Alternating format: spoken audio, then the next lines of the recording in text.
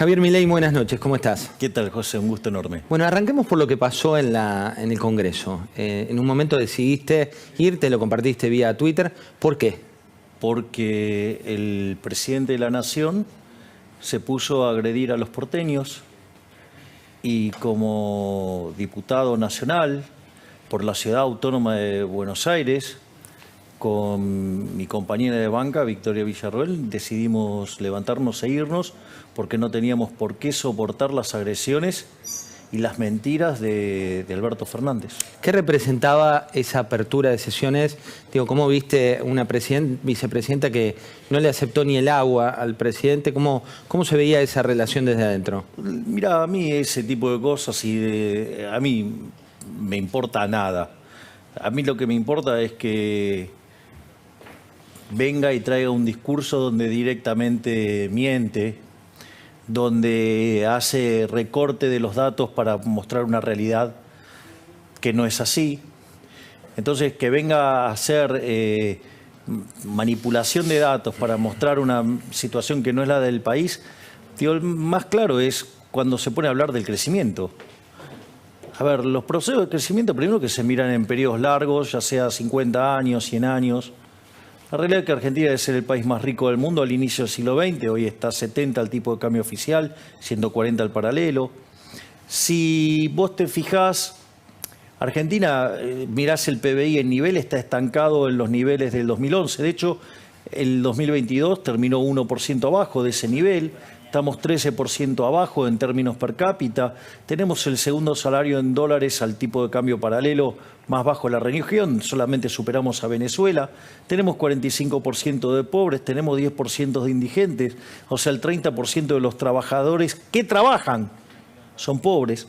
Entonces, ¿de qué realidad me está hablando? Con una inflación del 100% y además se mete a maltratar a lo que es la Ciudad Autónoma de Buenos Aires y es el distrito, digamos, en el cual, digamos, nosotros estamos representando. O sea, donde él vive también, ¿no? Javier, hablando un poco de la realidad argentina y de cara a las próximas elecciones, ya se acerca octubre, ¿no? Imagino que estás con tu armado político, armado de gobernadores, armado... Bueno, nosotros, fíjate esto, nosotros hoy estamos en todos los distritos en condiciones de competir para presidente.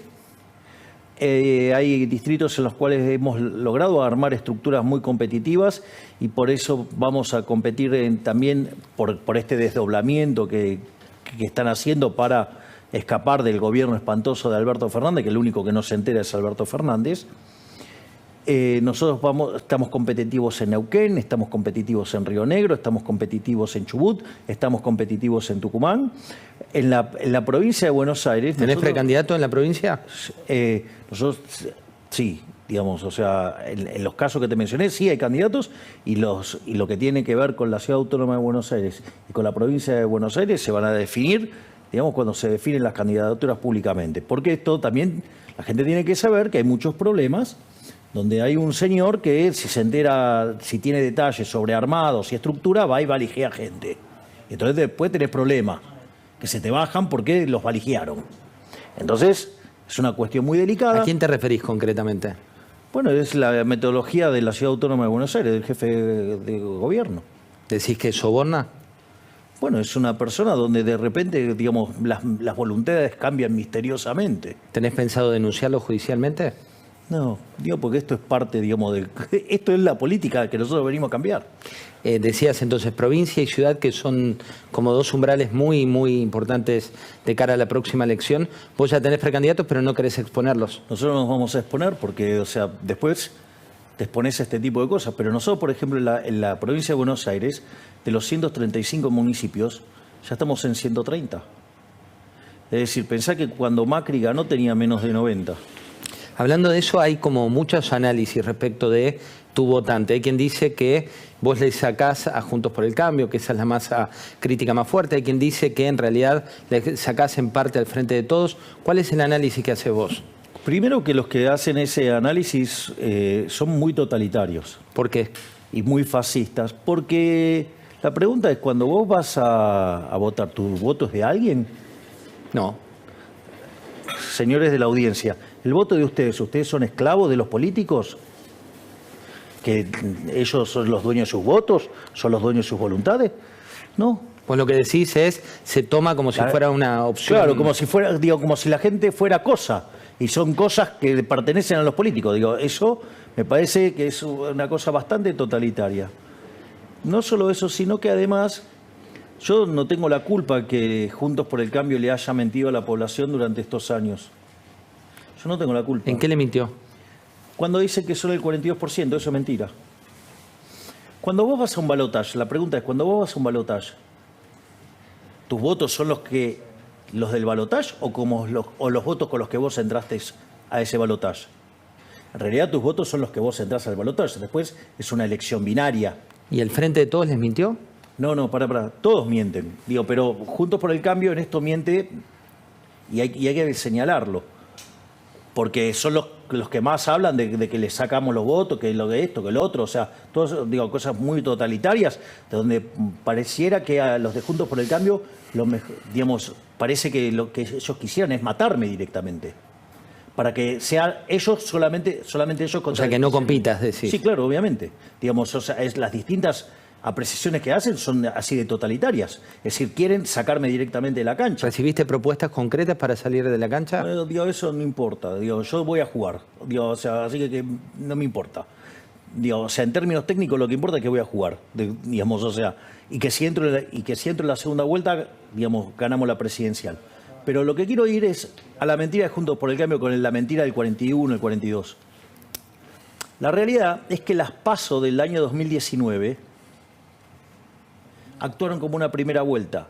Fue tan impresionante el triunfo en las PASO de Alberto Fernández, 48-31, que eso generó un efecto espanto y que la primera vuelta actuó como si fuera una segunda vuelta. Pero es como si estuvieras en un balotaje. Por lo tanto, no son esos los votos que tiene Juntos por el Cambio. Juntos por el Cambio tendrá 30, 35 puntos y no tiene más que eso.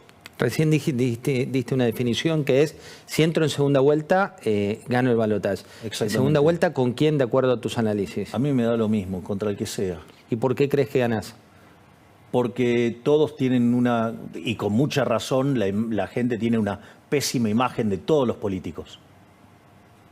Consideran que son una basura y ¿sabes qué? Tienen razón. ¿Cómo haces para que la política, que vas a hacer política, no te meta en esa liga que vos tanto cuestionás? Yo lo manifiesto con mis actos. ¿Querés un buen ejemplo? Lo que fue la votación del otro día, la del sistema previsional, digamos, la moratoria, ese nuevo disparate, o sea, que es una ofensa contra los jubilados actuales, sobre las generaciones futuras, que lo vamos a pagar con impuestos, con peores jubilaciones, con inflación. Digo, ahí, digamos, el debate tornó a un lugar más razonable. Ahora, la votación que le siguió, que implica directamente avanzar sobre tu historia clínica, ¿me comprendés? Avanzar sobre tu historia clínica y que quede en poder del Estado, ahí votaron todos juntos, salvo Victoria y yo. Ahí está la grieta. Javier, hablando de grieta, vamos a una hipótesis que, como vos decís, ganás la elección. Ejemplo, narcotráfico. Vamos a tomar medidas concretas. ¿Ves el narcotráfico? Bueno, a ver, pero ese tema... A ver, cuando vos ves lo que está pasando hoy, está claro que la situación te hace hervir la sangre y que querés entrar y romper todo, digamos, entrar con la Fuerza Armada. Digo, querés hacer todo eso, tío, y es perfectamente entendible. ¿Sí? Digo, que tus emociones te lleven por ese lado. Ahora vos tenés que arreglar los problemas. La realidad es que cuando vos mirás la experiencia de Colombia, la experiencia de México, no funcionó. Y ahora también te voy a explicar por qué. Vos, para poder avanzar en esto, necesitas hacer una reforma de la Ley de Defensa Nacional. Necesitas hacer una reforma de la seguridad interior. Necesitas reformar la Ley de Inteligencia. Necesitas avanzar en una reforma de la justicia, donde la reforma de la justicia implica, digamos, no solo trabajar sobre el enfoque y la forma en la cual vos mirás el problema.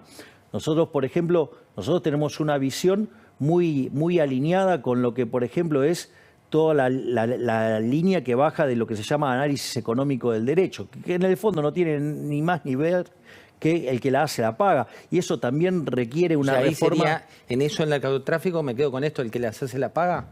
Todos, en todos los aspectos. Porque una de las cosas que vos tenés, uno de los problemas que vos tenés, es que acá se puso a la víctima en el lugar del victimario y al victimario en lugar de víctima. ¿Y por qué? Bueno, porque esas son las ideas que impulsó fuertemente Zaffaroni y que el kirchnerismo le dio un fuerte respaldo a eso. Y eso, vos sabés que eso se hizo, por ejemplo, esas ideas se empezaron a implementar en la ciudad de Nueva York a mediados de las décadas de 60. Que ahí es cuando Gary Becker, dando clases en la Universidad de Columbia, o sea, en Nueva York, desarrolla este artículo que se llama Crimen y Castigo y que da origen a todo este análisis económico del derecho. ¿Y qué pasó?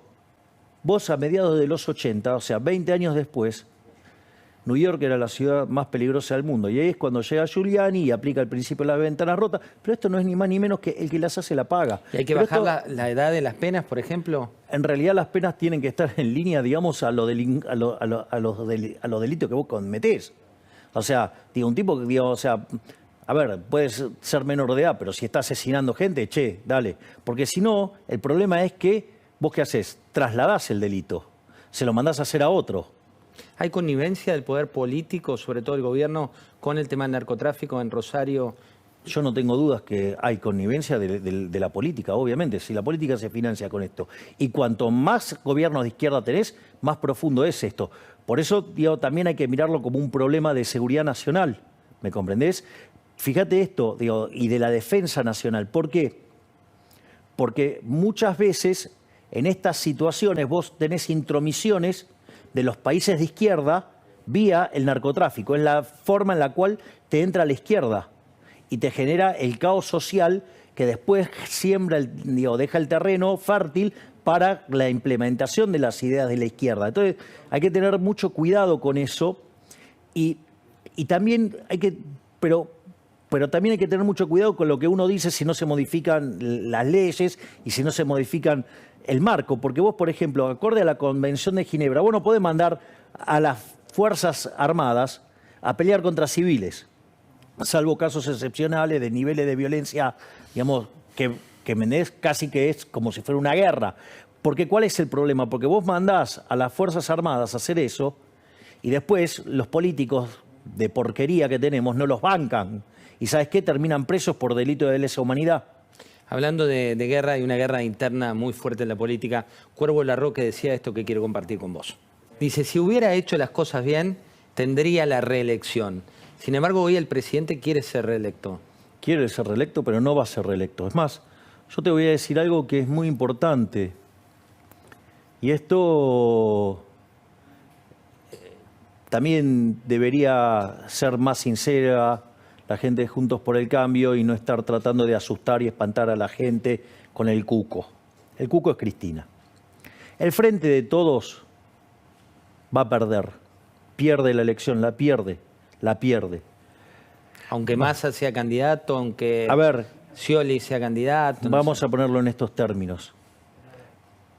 El mejor candidato que tiene el Frente de Todos, que tiene más votos, es Cristina. Tiene 25% de los votos. ¿Sabes qué? Y el techo es muy parecido. O sea, el techo y el piso es lo mismo. ¿Qué quiere decir esto? Que si llegara a entrar a una segunda vuelta Cristina, pierde con todos. Y ella no se va a someter a esa derrota. Consecuentemente, cualquiera de los que estén, miden menos. Entonces, ¿qué es lo que pasa? Vos tenés un equilibrio que se parece a un equilibrio de tercios, que eso se va a ir materializando más conforme lleguemos más cerca a las elecciones. Y bueno, y hay un tercio que son los liberales. Pero claro, el tema es que si nosotros entramos a la segunda vuelta, no importa quién sea nuestro rival, nosotros ganamos. ¿Vos trabajás con encuestadoras propias? No. ¿Lees las encuestas que salen? Exacto, y sé quién las paga y entonces sé cómo va tocando los números. ¿Ahí también el que las hace las paga? Es que justamente, digamos, el que más paga por las encuestas le mienten los números de popularidad y todo. Hoy hubo un anuncio económico, Javier, que tiene que ver con Massa y un nuevo canje, un canje de deuda. Juntos por el Cambio emitió un comunicado diciendo que repudiaban este canje. El hermano de Malena Massa dijo que eran unos sinvergüenza o que no tenían vergüenza, mejor dicho. A ver, el problema es que, la situación monetaria de Argentina es muy complicada. O sea, y consecuentemente la situación inflacionaria de Argentina es muy complicada. A ver, Argentina está frente a lo que va a ser, sin dudas, la peor crisis de la historia argentina. ¿Que le va a tocar a quién? Eso no importa a Yo quién, digo la digamos, persona, o sea, ¿es el próximo presidente? No importa a quién le toque, porque en realidad a la política tampoco le importa eso, ¿eh? Ese es uno de los errores que comete la gente. La gente cree que, o sea, el plan de Massa es armar la bomba y que le estalle a otro. En realidad, el plan es que estalle después de las elecciones. Y si están en el poder, mejor, porque en realidad siempre es mejor estar en el poder que fuera del poder para los políticos. Con lo cual, digo, esos argumentos que le están plantando la bomba. O sea, lo que pasa es que los incompetentes de Juntos por el Cambio ya se empiezan a atajar, porque como son inútiles, pero ya fracasaron. Son los mismos que fracasaron con la alianza, son los mismos que fracasaron en Cambiemos. A ver, recordad que había uno que dice que no tengo equipo y todo en las reuniones privadas. Pero digo, que hablaba del mejor equipo en los últimos 50 años y se fueron a la B. Quedó claro el diagnóstico tuyo juntos. Lo que digo es... Pero los otros son tan deplorables que, digo, o sea, son tan deplorables que ni siquiera, digo, voy a gastarme en describir, digamos, a unos tipos que hicieron uno de los peores gobiernos de la historia argentina, digamos, o sea, ¿qué voy a, digo, o sea, más de las cosas? Digo, a ver, vamos por partes. Sí. Entonces, Argentina, entonces, digamos, tiene un problema de desequilibrio monetario que es peor que el que teníamos previo al Rodrigazo. Pensá que en el Rodrigazo la inflación se multiplicó por 6 y la cantidad de pobres por 5. Sí. Si vos tomás los datos de hoy, sería una inflación yéndose al 600% y no puede multiplicar por 5 la cantidad de pobres porque no te da la matemática en términos de que no puede ser más que el 100%. Con lo cual eso se llama un caos social. Y hay otro tema muchísimo más delicado, que es lo que tiene que ver con esto. La relación de pasivos remunerados del Banco Central contra la base monetaria, o sea, el pasivo no remunerado. Base monetaria es todo el dinero que circula. Sería las LELIQs, ¿sí? Que son el instrumento que utiliza para esterilizar y para colocar deuda del gobierno indirectamente. Y por otro lado, eso lo comparás contra la base monetaria, que es la guita que nosotros llevamos los bolsillos. Lo que circula es lo que hay en los bancos. Exacto. Sí, que son los encajes. Entonces, esa relación hoy está en los niveles que vos tenías a inicios del año 1989, es decir, previo a la hiperinflación de Alfonsín. Es decir, que vos en el balance del Banco Central tenés una situación extremadamente compleja. ¿Se puede resolver? Sí, se puede resolver. Nosotros estamos proponiendo directamente ir a una dolarización. Porque digo, te pongo un punto ahí. En realidad es aclaro porque después la gente Juntos por el Cambio edita videos y ¿vieron que le llegan esos videos misteriosamente por WhatsApp? Esos, digo, está digitado desde la Ciudad Autónoma de Buenos Aires, que editan lo que digo. Entonces, en realidad yo hablo de una reforma del sistema financiero, competencia de moneda, y como los argentinos históricamente eligieron el dólar, para liquidar el Banco Central usás el dólar y dolarizás. Mira, ahora te voy a mostrar lo de Gabriela Cerruti, pero antes una pregunta que tiene que ver con lo que planteabas recién. Vos llevás a la gente a 1989, recordemos, después vino finalmente Carlos Menem, Herman González.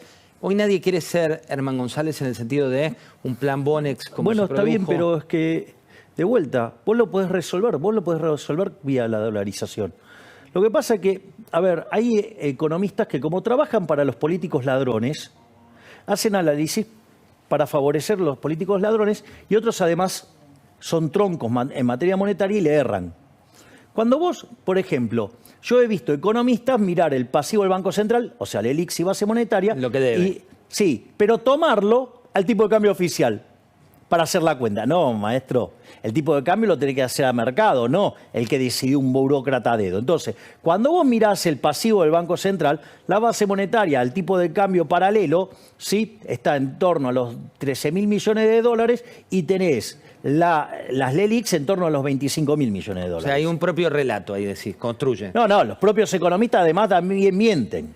O sea, mienten para favorecer a sus Vos no te olvides esto. Mira, tener un banco central es un gran negocio para los políticos y en Argentina más. ¿Sabes cuánto le robó este gobierno delincuente kirchnerista en los 3 primeros años del gobierno vía emisión monetaria? ¿Cuánto? 16 puntos del PBI. Quiere decir ponerle en promedio 5.33 del PBI. ¿Sabes de cuánto estamos hablando? De que los políticos con la joda del Banco Central nos roban entre 25.000 y 30.000 millones de dólares por año. Por eso no lo quieren soltar ni los del oficialismo ni los de la oposición, porque les gusta robarle a la gente. Bueno, Gabriela Cerruti puso la mirada en vos. Esto fue lo que decía. Antes del presidente. Antes del presidente, es verdad. Mirá. Bueno, a ver, sintetizo. Estamos desde hoy a la mañana teniendo una polémica con Javier Milei. ¿Por qué? Porque dice Javier Milei que él vive de su trabajo. Y yo me pregunto, ¿cuál es su trabajo? Porque si él dona su sueldo de diputado, ¿de qué trabaja? ¿De qué puede trabajar un diputado? Además, que Milei, como diputado, no va a la Cámara, no sesiona, no hace leyes. Todo eso es otro problema. Pero al margen de eso, los diputados no pueden trabajar de cualquier cosa. Porque no pueden trabajar, dice la ley de ética pública, para ninguna empresa que tenga algún tipo de relación con el Estado. Todas las empresas tienen relación con el Estado, porque el Estado regula, porque da subsidios, porque las empresas le piden, porque hay algún conflicto de interés. O sea, Milei, no puedes trabajar para empresas porque eso es incompatible con la ley de ética pública. Entonces, ¿para quién trabajas, Milei? ¿De qué vivís, Milei? Esta es la pregunta que hasta ahora no tenemos ninguna respuesta. A mí me parece que este señor vive de alguna casta, que no sea la casta política. Tal vez Milei vive de la casta de los empresarios, de los ricos, de las multinacionales y de los todopoderosos. Es una pregunta que tenemos que respondernos. A ver, Bueno, ella es la portavoz presidencial. Bueno, digo, esto surge después de una discusión con el presidente de la Nación, ¿sí? Digamos, donde obviamente cometió algunos excesos. Pero al margen de eso, lo primero que sería bueno, ya que es la portavoz del presidente, que no mienta. Porque dice que yo falto a la Cámara. En realidad, de todas las sesiones que hubo el año pasado, solamente falté a una. Digo, por lo tanto, lo primero que tiene que hacer es no mentirle a la gente. Sí, digamos, después hubo sesiones que se cayeron, o sea, o digo, si querés, podés tomar, en una decidí no estar y me la podés computar como una falta, pero poner que fueron 16, estuve en 14. ¿De qué está hablando? ¿De qué está hablando? O sea, lo primero que hace es mentir. Lo que pasa es que también esta es una mentira que la gente Juntos por el Cambio también se encargó de instalar, es que yo no voy a la Cámara. A ver, yo no voy a las reuniones. Pero ahí es Gabriela Cerruti, de frente de todos. No, sí, pero es la misma mentira, digo, todos digo, muerden de la misma después. A ver, el punto es el siguiente. Cuando vos te fijas, yo no voy a las reuniones de comisión. Y vos irías a las clases, ¿en dónde, no sé, en qué colegio estudiaste? En San Gabriel. Bueno, vos podés faltar cuando estabas estudiando en el San Gabriel, ¿podías faltar a las clases del Copelo? No. Es decir, no eras del Copelo. No iba. Bueno, hubo un acuerdo entre Ritondo y Máximo Kirchner que no nos dejaron participar en ninguna comisión. Entonces yo no falto a ninguna comisión. Porque ¿Te molesta cuando te pincha también con de dónde viene tu plata? No, eso no, ahora lo contesto. De hecho, nosotros hicimos una gacetilla y digamos, a ver, yo básicamente vivo de lo que viví siempre, de dar conferencias.